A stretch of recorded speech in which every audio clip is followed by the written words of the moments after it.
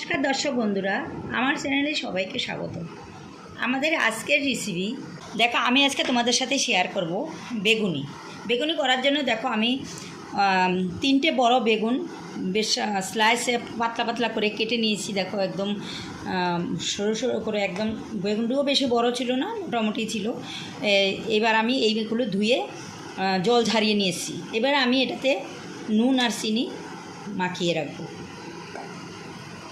দেখো, নুন চিনি মাখিয়ে রাখার জন্য আমি এখানে 1/2 চামচের মতো চিনি দিয়ে দেবো। চিনিটা তোমরা না খেলে স্কিপ করতে পারো, কারণ অনেকে এখন চিনি খান না। আর এখানে আমি একটু নুন দিয়ে দিচ্ছি, দিয়ে আমি নুন চিনি মাখিয়ে বেগুনটাকে রেখে দেব।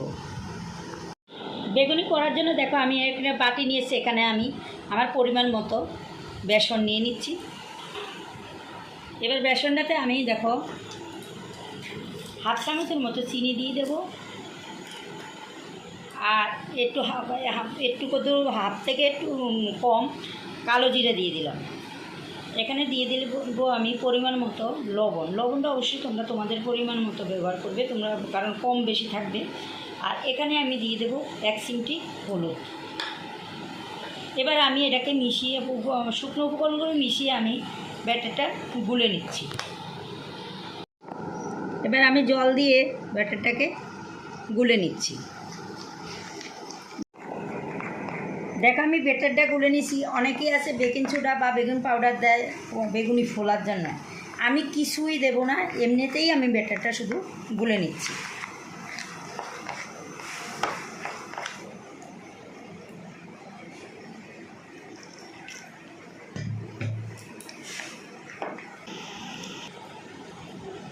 দেখো ব্যাটারটা আমি গুলে নিয়েছি। আমি চামচ দিয়ে পাচ্ছিলাম না, পরে আমি হাতেই এটাকে মিশিয়েছি। ঠিক ব্যাটারটা তোমরা এই ধরনের নেবে, বেশি মোটাও করবে না আর একদম পাতলাও করবে না।